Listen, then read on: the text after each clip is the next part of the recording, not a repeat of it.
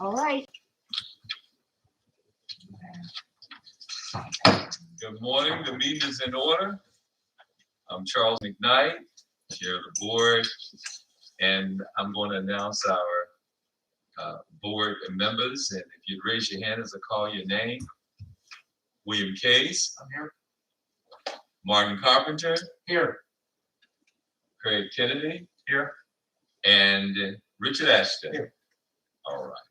And if you would, Brother Kennedy, just lead us now in our Pledge of Allegiance. I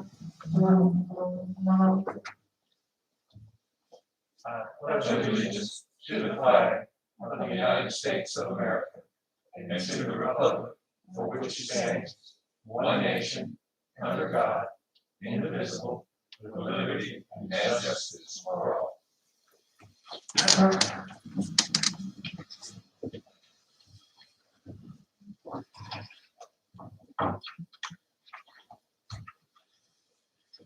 And now we'll take a moment to address, is there anything that needs to be brought to the attention of the board where there might be any conflict of interest among the board members? No conflict. No conflict. Therefore, we will move on to our minutes. Everyone has received the minutes, and we need to have a motion on our minutes. I move we accept the minutes. I will second. It's been moved and probably second. We would accept the minutes. All in favor, say aye. Aye. So moved. And now, Madam Director, if you would lead us down this course of our consideration of late received absentees. Okay, Mr. Chair, we have, well, this is for the consideration of the November 2nd absentee ballot. So I'm gonna you wanna call them out? You have the poll book ahead of you, in front of you. So we have 2 civilian and 1 overseas that will need to be duplicated. So I'll ask after you look at them and approve them that whoever does the duplication will step into the office back there with Annie to duplicate that ballot. So we have civilian number 5 and civilian number 6. And then we have the overseas 104. Okay.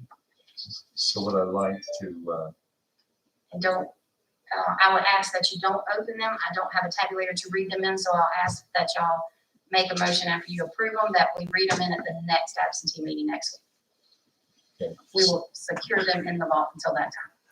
So I'm going to ask Brother Kennedy and Brother Ashton, if y'all would, if you could go, because this has to be done in private. If you'll go through that door in the first office there on the right-hand side, you will look over that and then come back with us.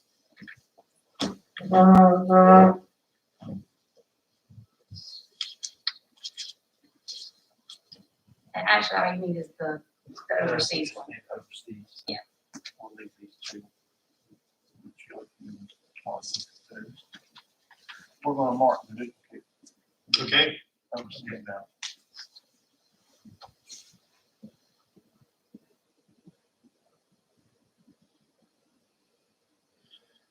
Okay, so his wife, I guess, did that, and maybe a daughter, or vice versa. No, it's not.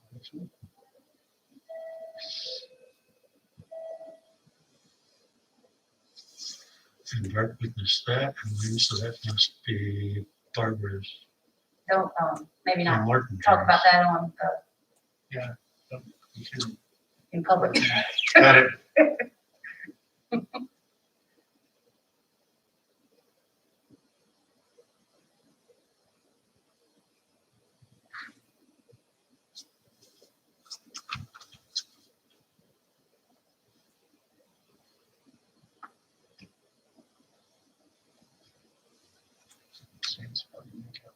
I know. That's what I'm trying to figure out about them. And remember, when we are doing this, we're not comparing signatures. We just have to compare that the name is who the Well, voter. that's what we're looking Morning.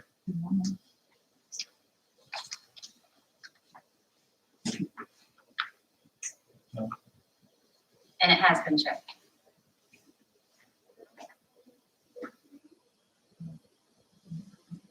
So you basically did initials here. Yeah, that's all right.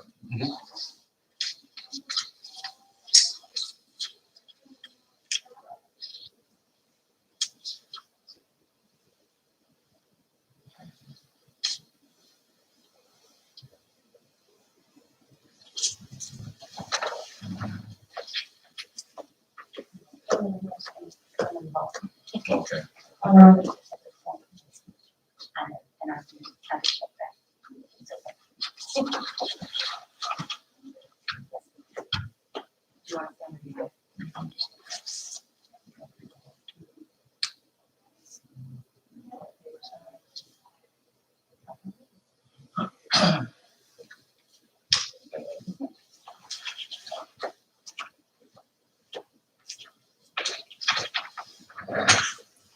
If you will.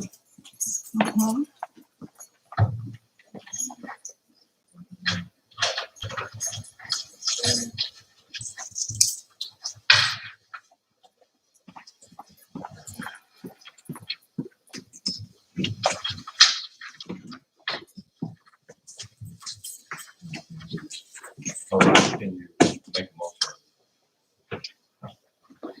All right, so I'll make a motion that we accept the absentee ballots received today, civilian 6, civilian 5, and overseas 104.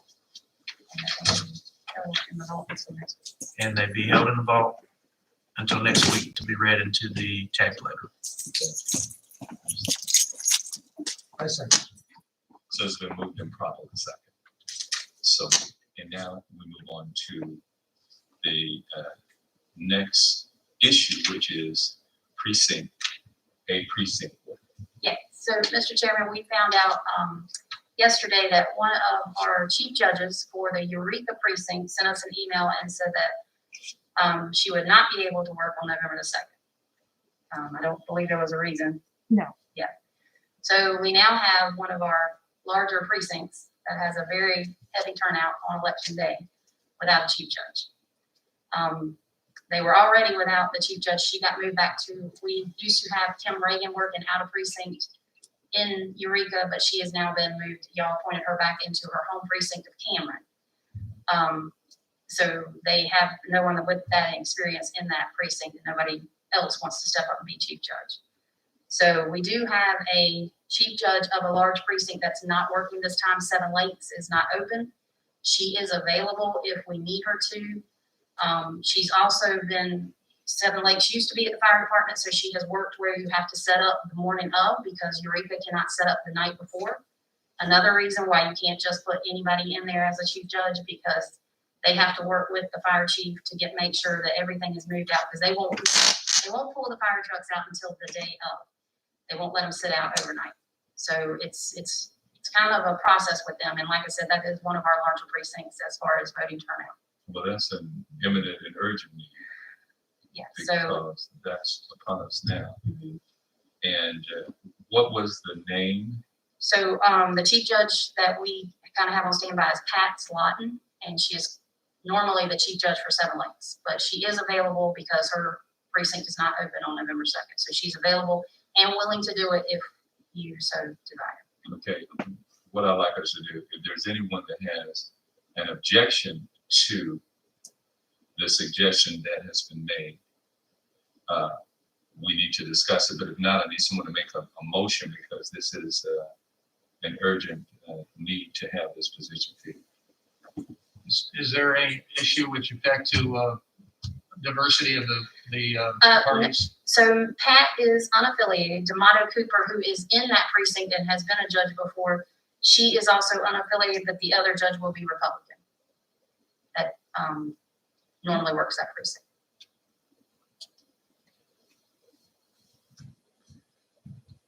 Well, sounds like we're gonna have to make the appointment.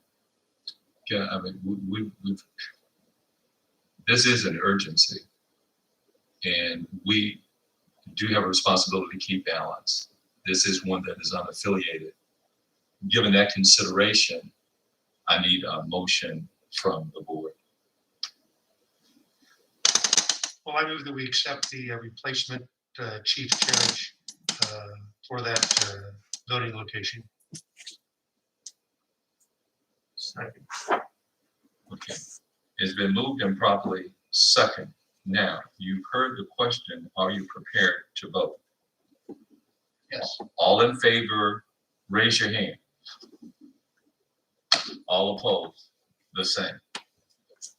It's important that we be on the same page with this.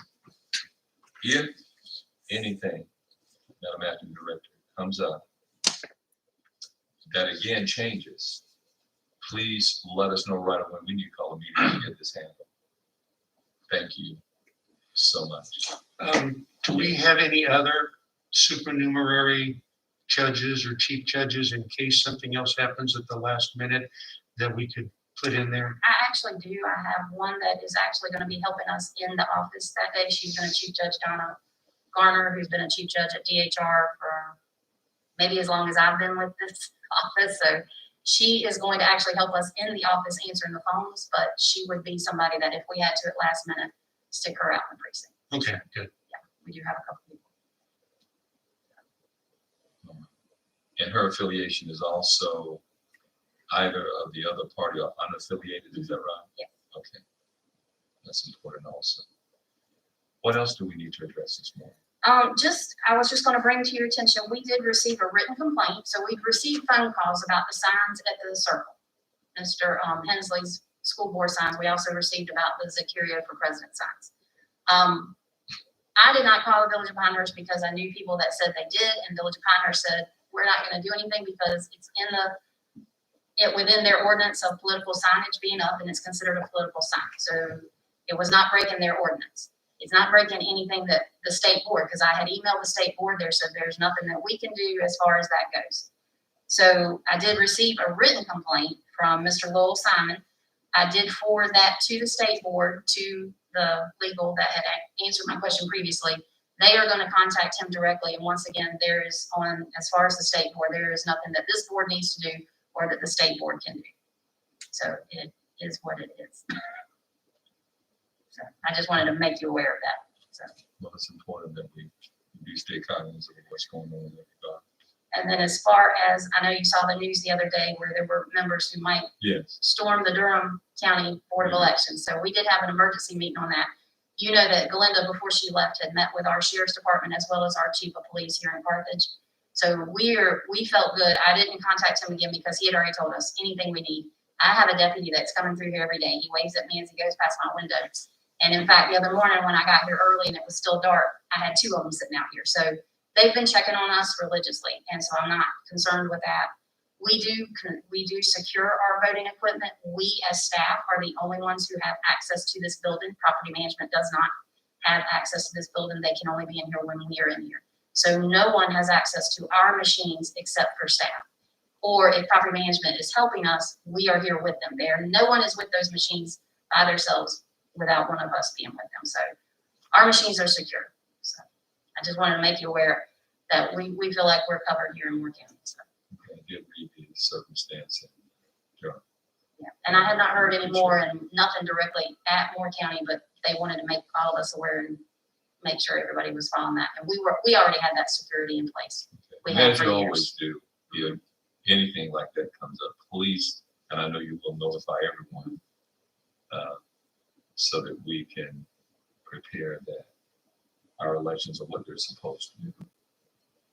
Anything else we need to attend to before we get to our 10:30 meeting? I think that's all I have. I think we do have some things for y'all to sign over there, but of course. Yeah. And then we will get ready for the 10:30 meeting. All right. That being the case, someone just like to thank you. So it's been moved to probably second we adjourn so meeting. All right, we need to get those. Okay, then, but you